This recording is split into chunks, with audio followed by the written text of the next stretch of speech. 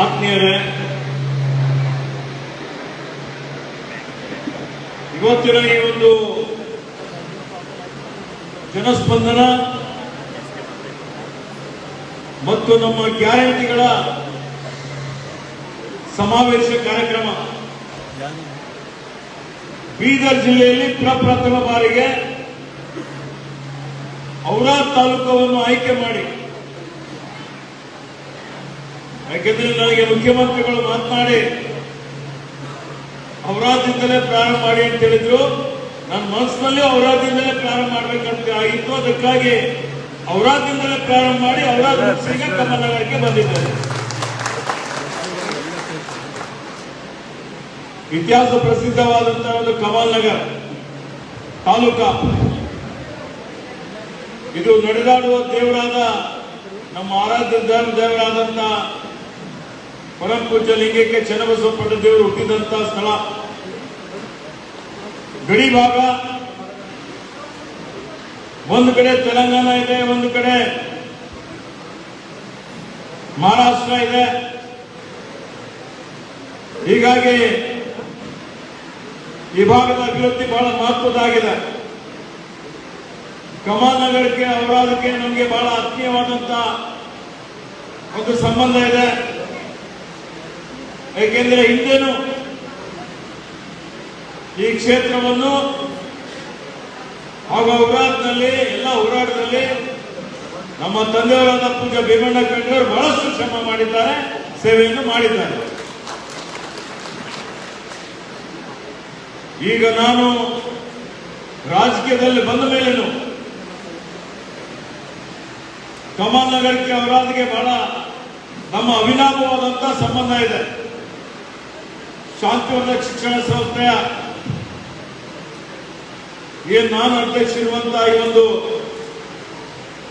ಸಂಸ್ಥೆಯ ವ್ಯಾಪ್ತಿಯಲ್ಲಿ ಪ್ರಾಥಮಿಕ ಶಾಲೆ, ಪ್ರೌಢಶಾಲೆ, ಪದವಿಪೂರ್ವ ಕಾಲೇಜ್, ಪದವಿ ಕಾಲೇಜ್ ಇಲ್ಲಿ ನಡೀತಾ ಇದೆ.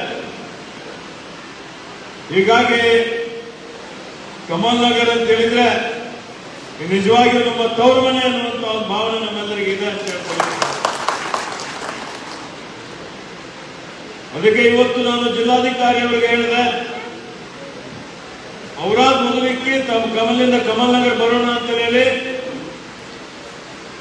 ಹೀಗಾಗಿ ಜನಸ್ಪಂದನ ಕಾರ್ಯಕ್ರಮದಲ್ಲಿ ಆಯೋಜಕರಾದಂತಹ ಮಾನ್ಯ ಜಿಲ್ಲಾಧಿಕಾರಿಗಳು ಇದ್ದಾರೆ, ಮಾನ್ಯ ಜಿಲ್ಲಾ ಪಂಚಾಯತ್ ಮುಖ್ಯ ಕಾರ್ಯನಿರ್ವಾಹಕ ಅಧಿಕಾರಿಗಳು, ಮಾನ್ಯ ಪೊಲೀಸ್ ವರಿಷ್ಠಾಧಿಕಾರಿಗಳು, ನಮ್ಮ ಫಾರೆಸ್ಟ್ ಅಧಿಕಾರಿಗಳು, ಇತರ ಎಲ್ಲ ಹಿರಿಯ ಅಧಿಕಾರಿಗಳಿದ್ದಾರೆ, ಬೇರೆ ಬೇರೆ ಇಲಾಖೆ ಅಧಿಕಾರಿಗಳಲ್ಲಿ ಉಪಸ್ಥಿತರಿದ್ದಾರೆ, ಗ್ರಾಮ ಪಂಚಾಯತ್ ಅಧ್ಯಕ್ಷರಿದ್ದಾರೆ ಮತ್ತು ಇಲ್ಲಿ ಎದುರುಗಡೆ ಸುಮಾರು ಜನ ಎಲ್ಲ ಗಣ್ಯಮಾನ್ಯ ಮುಖಂಡರು ಕೂತಿದ್ದೀರಿ. ಮತ್ತು ಈ ಕಾರ್ಯಕ್ರಮದ ಕೇಂದ್ರ ಬಿಂದುಗಳು ನಮ್ಮ ಅಕ್ಕ ತಂಗಿಯರು ಸೇರಿದ್ದೀರಿ, ನಮ್ಮ ಯುವಕ ಮಿತ್ರರು ಸೇರಿದ್ದೀರಿ, ಮಾಧ್ಯಮ ಮಿತ್ರರಿದ್ದೀರಿ.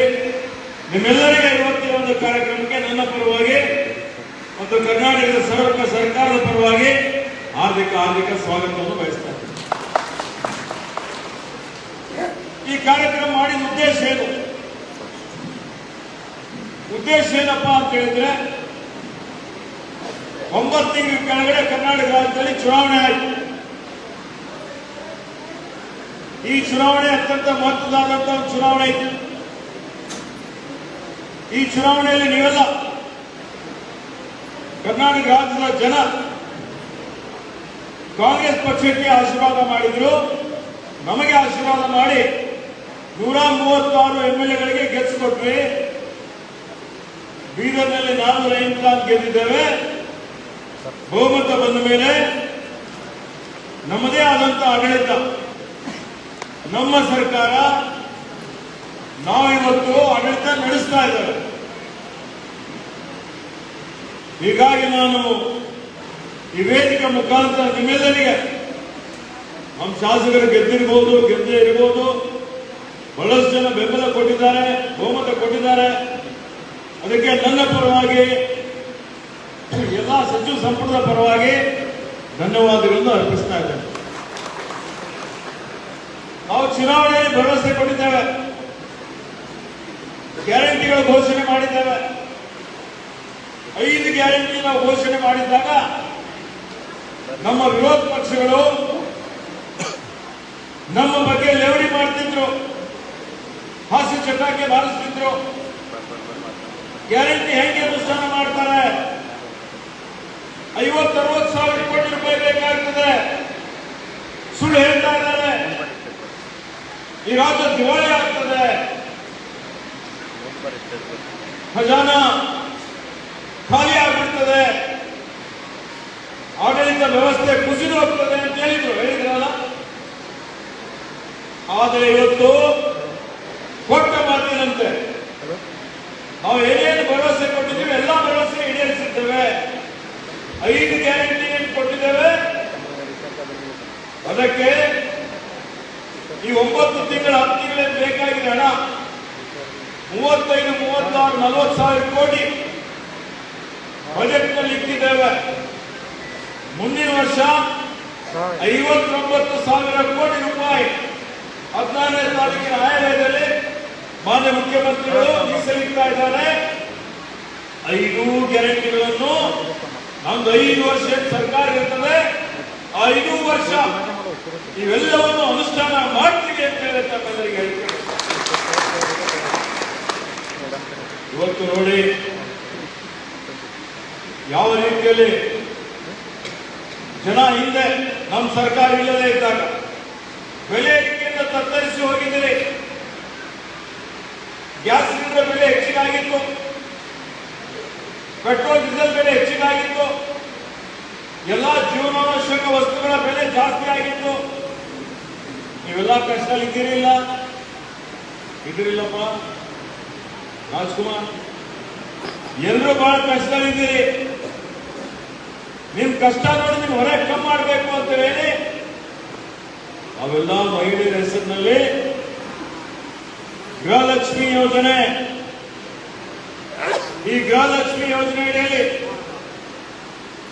ಯಾವುದೂ ಜಾತಿ ಇಲ್ಲ, ಭಾಷೆ ಇಲ್ಲ, ಪ್ರಾಂತ ಇಲ್ಲ, ಈ ರಾಜ್ಯದಲ್ಲಿರುವಂತಹ ಎಲ್ಲ ಸಮುದಾಯದವರಿಗೆ, ಅದು APL ಕಾರ್ಡ್ ಇರಲಿ, BPL ಕಾರ್ಡ್ ಇರಲಿ, ಅಂತ್ಯೋದಯ ಅನ್ನ ಯೋಜನೆ ಕಾರ್ಡ್ ಇರಲಿ, ಎಲ್ಲಾ ಪಡಿತರ ಚೀಟಿಗಳಲ್ಲಿ ಯಾರ್ಯಾರು ಮಹಿಳಾ ಯಜಮಾನಿ ಇದ್ದಾರೆ ಸಮಾನವಾಗಿ ಎಲ್ರಿಗೂ ದುಡ್ಡು ಕೊಡಬೇಕು ಅಂತ ಹೇಳಿ ಪ್ರತಿಯೊಬ್ಬರ ಖಾತೆಯಲ್ಲಿ 2,000 ರೂಪಾಯಿ ಜಮಾ ಮಾಡ್ತಾರೆ.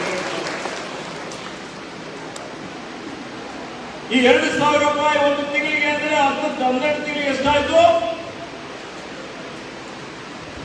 ಎಷ್ಟಾಯ್ತಲ್ಲಮ್ಮ? ನೀವೆಲ್ಲರೂ ಹಿಂದೆ ಕೂಡಿಸಿದ್ರಿ, ಅವ್ರಿಗೆ ಮುಂದೆ ಕೂಡಿಸ್ಬೇಕಾಗಿತ್ತು. 24,000 ರೂಪಾಯಿ ಆಗ್ತದೆ. 5 ವರ್ಷಕ್ಕೆ 1,20,000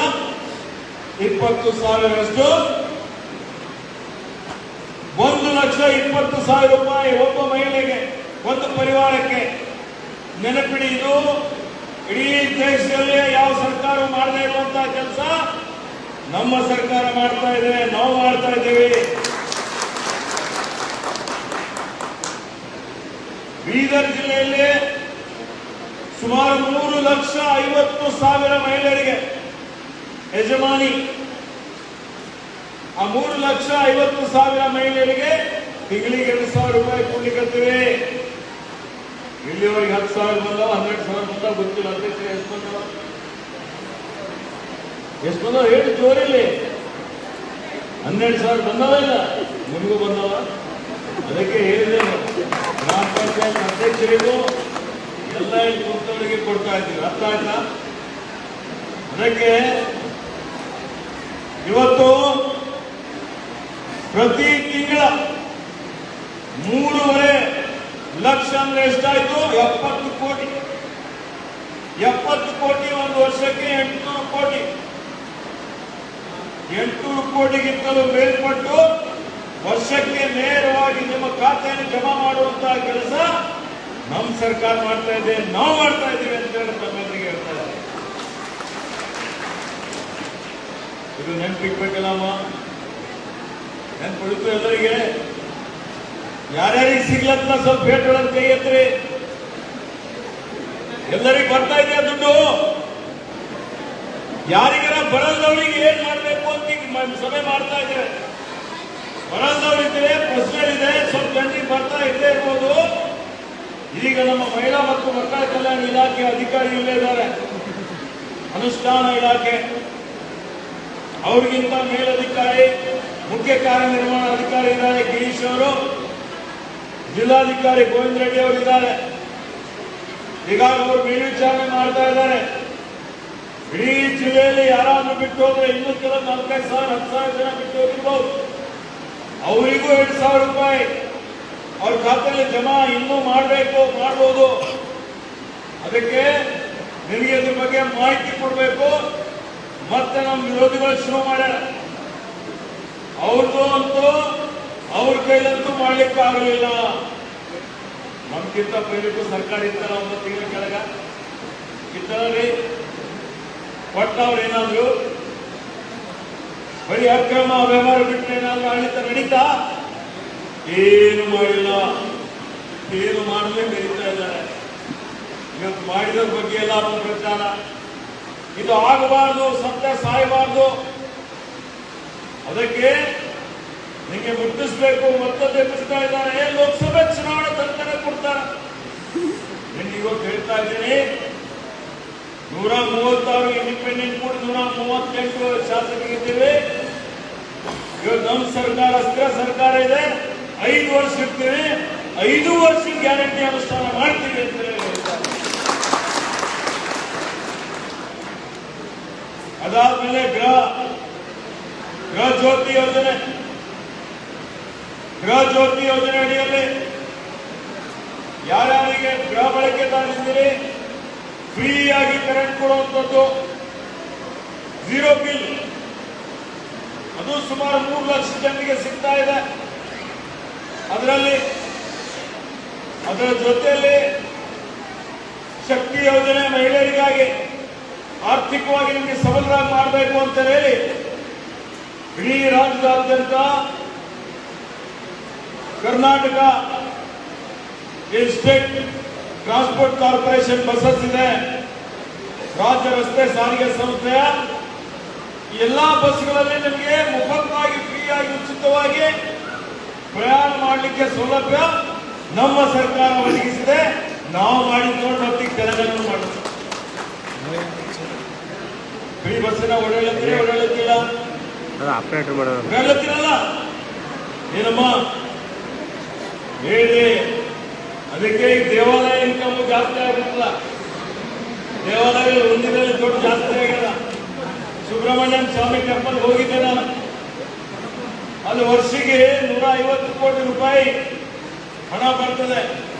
ಈ ವರ್ಷ ಕೇಳಿದೆ ನಾನು, ಹೆಚ್ಚಿಗಾಗಿದೆ ಸರ್ ಅಂತ ಹೇಳಿದ್ರು. ಇಒ ಅಹಮದಾಬಾದ್ ಅವ್ರು ಹೇಳಿದ್ರು, ಸರ್ 20 ಕೋಟಿ ರೂಪಾಯಿ ನಮ್ಮ ಆದಾಯ ಹೆಚ್ಚಿಗೆ ಆಗ್ತಾ ಇದೆ, ನೀವು ಬಸ್ ಫ್ರೀ ಮಾಡಿದ್ದಕ್ಕಾಗಿ ಎಲ್ಲಾ ಮಹಿಳೆಯರು ದೇವಾಲಯಕ್ಕೆ ಬರ್ತಾ ಇದ್ದಾರೆ, ಇಡೀ ರಾಜ್ಯ ತುಂಬಾ ನಮ್ಗೆ ಸಹಾಯ ಆಗಿದೆ ಅನ್ನುವಂತ ಮಾತನ್ನು ಹೇಳ್ತಾರೆ. ಅದೇ ರೀತಿಯಲ್ಲಿ ಅನ್ನಭಾಗ್ಯ ಕಾರ್ಯಕ್ರಮ, ಅನ್ನಭಾಗ್ಯದಲ್ಲಿ ಇಡೀ ರಾಜ್ಯದಲ್ಲಿ ಸುಮಾರು 4 ಕೋಟಿ ಜನರಿಗೆ ತಿಂಗಳಿಗೆ 170 ರೂಪಾಯಿ ಖಾತೆಯಲ್ಲಿ ಜಮಾ ಮಾಡ್ತಾ ಇದ್ದೇವೆ. ಅಕ್ಕಿ ಕೇಂದ್ರದವರು ಕೊಟ್ಟಿಲ್ಲ ದುರುದ್ದೇಶದಿಂದ, ಅವ್ರು ಕೊಡದೇ ಇದ್ರೆ ನೇರ ವರ್ಗಾವಣೆ ಮುಖಾಂತರ ನಿಮ್ಮ ಖಾತೆಯಲ್ಲಿ ಹಣ ಜಮಾ ಮಾಡ್ತೀವಿ ಅಂತ ಹೇಳಿ ಇವತ್ತು ಪ್ರತಿ ತಿಂಗಳ ನೋಡಿ, ಇವತ್ತು ಸುಮಾರು 600-700 ಕೋಟಿ ರೂಪಾಯಿ ಪ್ರತಿ ತಿಂಗಳ ಇಡೀ ರಾಜ್ಯದಾದ್ಯಂತ 4 ಕೋಟಿ ಜನರಿಗೆ ನಮ್ಮ ಜಿಲ್ಲೆಯಲ್ಲಿ 11,29,000 ಇಲ್ಲೇ ನಮ್ಮ ಫುಡ್ ಎಸಿ ಇರ್ಬೋದು 11 ಲಕ್ಷ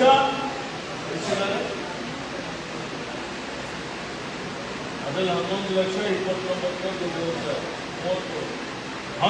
ಲಕ್ಷ ನಮ್ಮ ಜಿಲ್ಲೆ 11,33,000 ಜನರಿಗೆ ನೇರ ವರ್ಗಾವಣೆ ಮುಖಾಂತರ 170 ರೂಪಾಯಿ ನಿಮ್ಮ ಖಾತೆಯಲ್ಲಿ ನಾವು ಜಮಾ ಮಾಡ್ತಾ ಇದ್ದೇವೆ.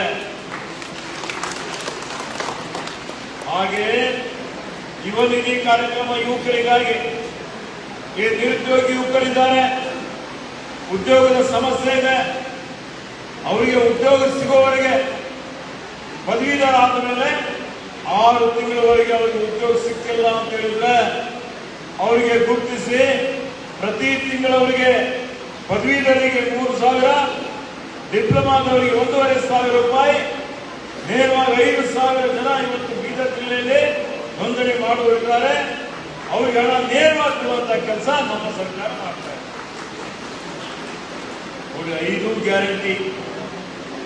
ಈ 5 ಗ್ಯಾರಂಟಿಗೆ ರಾಜ್ಯದಲ್ಲಿ ಒಂದು ವರ್ಷಕ್ಕೆ 56,000ರಿಂದ 59,000 ಕೋಟಿ, ಬೀದರ್ ಜಿಲ್ಲೆಗೆ 1,400ರಿಂದ 1,500 ಕೋಟಿ ರೂಪಾಯಿ, 1,500 ಕೋಟಿ ರೂಪಾಯಿ. ಒಂದು ನಯಾ ಪೈಸೆ ಭ್ರಷ್ಟಾಚಾರ ಇಲ್ಲದೆ, ಒಂದು ನಯಾ ಪೈಸೆ ಸೋರಿಕೆ ಇಲ್ಲದೆ ನೇರವಾಗಿ ವರ್ಗಾವಣೆ ಮುಖಾಂತರ ನಿಮ್ಮ ಖಾತೆಯಲ್ಲಿ ಹಣ ಜಮಾ ಆಗ್ತಾ ಇದೆ. ಇಡೀ ದೇಶದಲ್ಲಿ ಯಾವ ರಾಜ್ಯದಲ್ಲೂ ಇಂಥ ದೊಡ್ಡ ಪ್ರಮಾಣದ ಕಾರ್ಯಕ್ರಮ ಇಲ್ಲ ಅಂತ ಹೇಳಿ ನಿಮ್ಮೆಲ್ಲರ ಗಮನಕ್ಕೆ ತರ್ತಾ ಇದ್ದೇನೆ. ಈ ಕಾರ್ಯಕ್ರಮ ನಡಿಬೇಕೇ ಇಲ್ಲ, ನಡಿಬೇಕಿಲ್ಲಮ್ಮ. ನೀವು ನಮಗೆ ಶಕ್ತಿ ಕೊಟ್ಟರೆ ಮಾತ್ರ ಇನ್ನೂ ಹೆಚ್ಚಿನ ಕಾರ್ಯಕ್ರಮ ನಾವು ಮಾಡಬಹುದಲ್ಲ, ಮಾಡಬಹುದೇ ಇಲ್ಲ. ಅದಕ್ಕೆ ನೀವು ಹೇಳಿ, ವಿರೋಧಿಗಳು ಹೇಳಿದ್ರು ಖಜಾನೆ ಖಾಲಿ ಆಗ್ತದೆ ಅಂತ. ಖಾಲಿ ಆಯ್ತಾ? ನಮ್ಮ ಸರ್ಕಾರಿ ನೌಕರ ಸಂಬಳಕ್ಕೆ ಏನಾದ್ರು ಅಡೆತಡೆ ಆಗ್ತಾ ಇದೆಯಾ?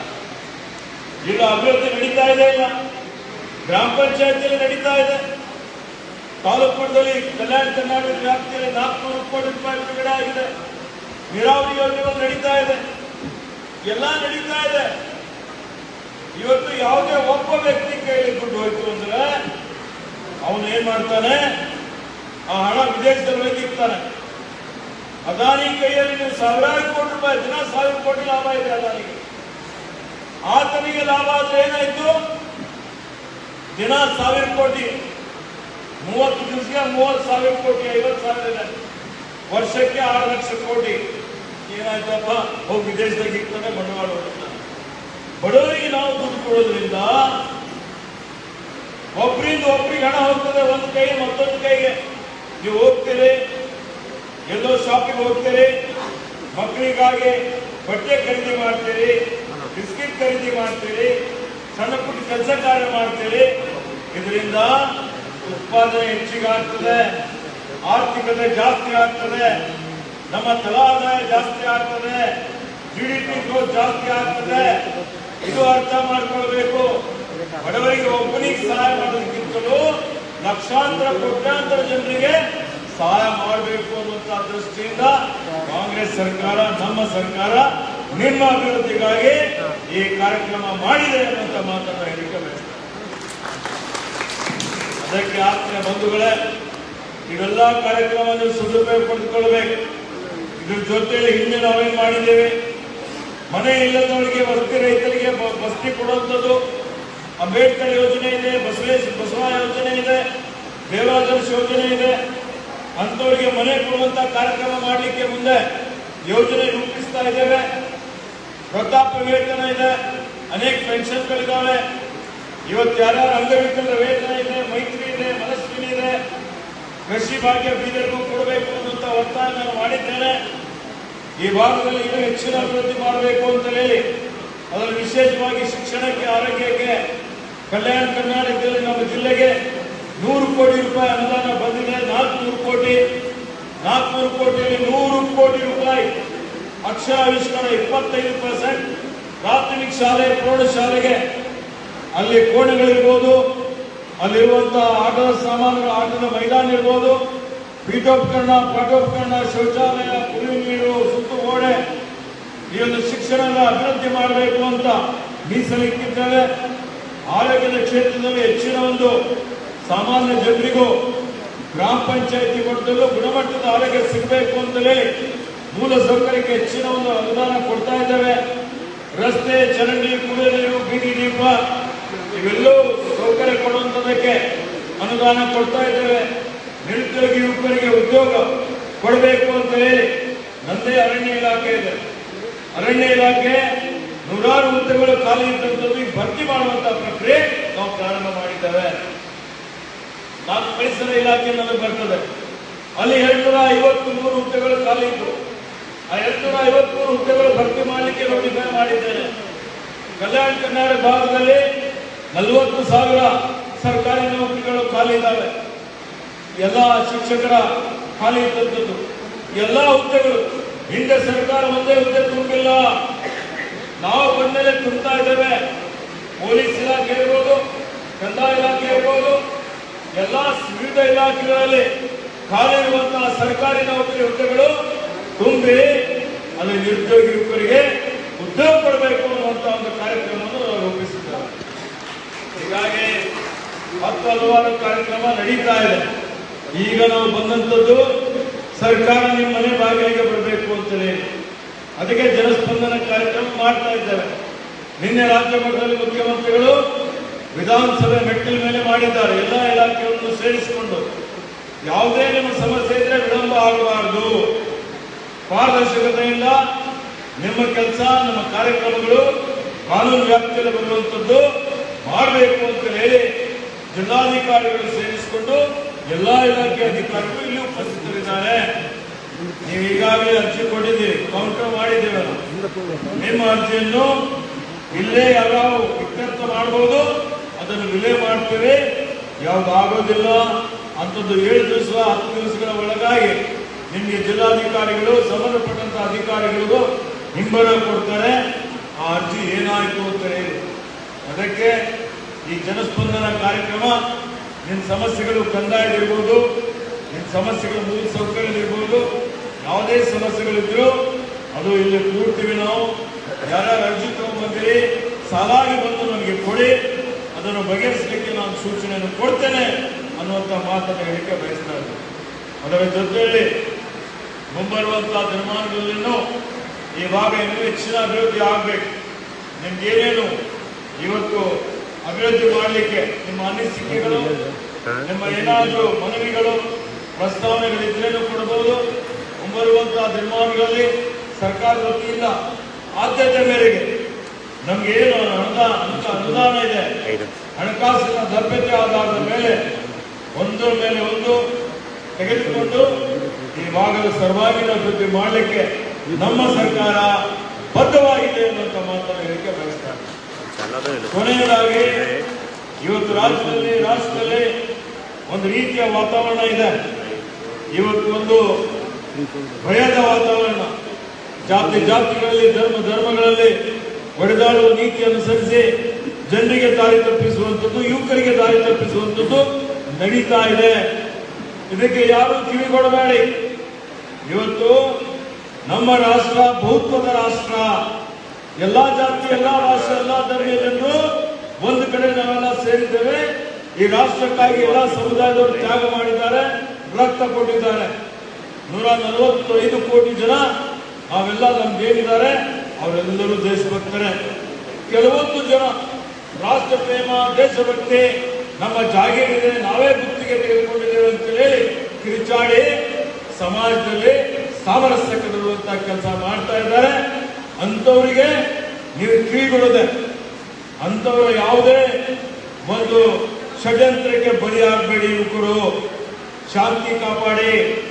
ಇವತ್ತು ನಾವೆಲ್ಲರೂ ಸತ್ಯ, ಶಾಂತಿ, ಅಹಿಂಸೆ ಇದನ್ನೇ ಪ್ರತಿಯೊಬ್ಬರು ಹೇಳ್ತಾರೆ. ಕರ್ನಾಟಕ ರಾಜ್ಯ ಸರ್ವ ಜನಾಂಗದ ಶಾಂತಿಯ ತೋಟ. ಹಿಂದೂ, ಮುಸ್ಲಿಂ, ಸಿಖ್, ಇಸಾಯಿ ಬಾಯಿ. ಹೀಗಾಗಿ ಯಾವುದೇ ರೀತಿಯಲ್ಲಿ ಇವತ್ತೇನು ಕೆಲವೊಂದು ವಿಷಯಗಳ ಬಗ್ಗೆ ಇವತ್ತು ವ್ಯರ್ಥವಾಗಿ ಸಮಯ ಕಾಲವನ್ನು ಮಾಡಿ ಜನರಿಗೆ ದಾರಿ ತಪ್ಪಿಸ್ತಾ ಇದ್ದಾರೆ. ಹೀಗಾಗಿ ಎಚ್ಚರಿಕೆಯಿಂದ ಜಾತ್ಯತೀತ ಶಕ್ತಿಗಳನ್ನು ಇವತ್ತು ನೀವು ಇನ್ನು ಹೆಚ್ಚಿನ ಅವರಿಗೆ ಬೆಂಬಲ ಕೊಟ್ಟು ಹೆಚ್ಚಿನ ಶಕ್ತಿ ಕೊಡುವಂತ ಕೆಲಸ ತಾವೆಲ್ಲ ಮಾಡಬೇಕು ಅನ್ನುವಂಥ ವಿನಂತಿಯನ್ನು ನಾನು ಮಾಡಲಿಕ್ಕೆ ಇಷ್ಟಪಡ್ತಾ ಇದ್ದೀನಿ. ಕರ್ನಾಟಕದಲ್ಲಿ ಕಾಂಗ್ರೆಸ್ ಸರ್ಕಾರ ಬಂದ ಮೇಲೆ ನೀರಾವರಿ ಯೋಜನೆಗಳು